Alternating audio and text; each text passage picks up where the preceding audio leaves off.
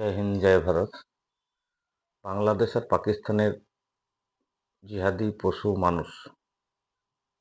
জিহাদি মানে পশুকেই আমরা মানুষ, মানুষকেই পশু বলি। কারণ কি জানো, এদের অ্যাকচুয়ালি শিক্ষা পায় যে নাক, লজ্জা, শরম, এটা দেখবা নেই, একদম সত্যি নেই এদের। একদম কালচারে নেই।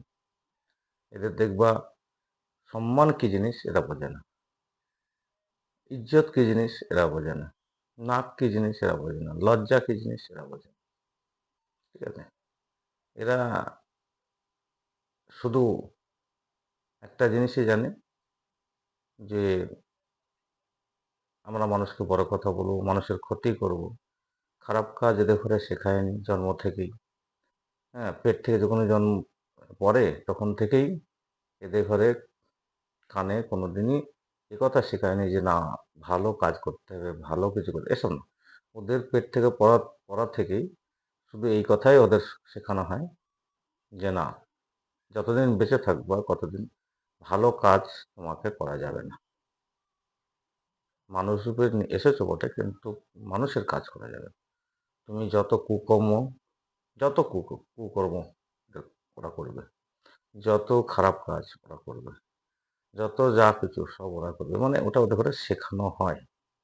ঠিক আছে, এই জন্যে ভারতবর্ষকে ভাবা উচিত যে এই দুটো দেশকে একদমই মানে কি বলা যায়, মানে একদমই মন থেকেই ডিলিট করে দাও যে এই দুটো দেশ আমাদের আশেপাশে আছে। কারণ আর চারিদিকে এমন সিকিউরিটি লাগানো হোক যেন আসলেই সেই আগে যেরকম মাস্টাররা মাথায় ঘাটটা মারতো না ছেলে পেলে ভুল করলে, মানে সেই রকমই মানে জ্বলিয়ে দিতে হবে।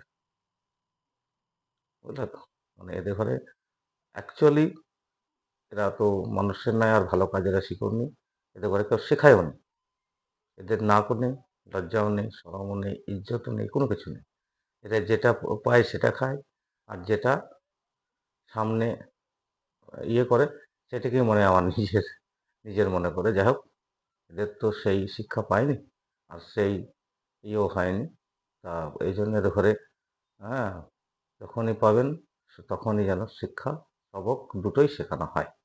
জয় হিন্দ, জয় ভারত।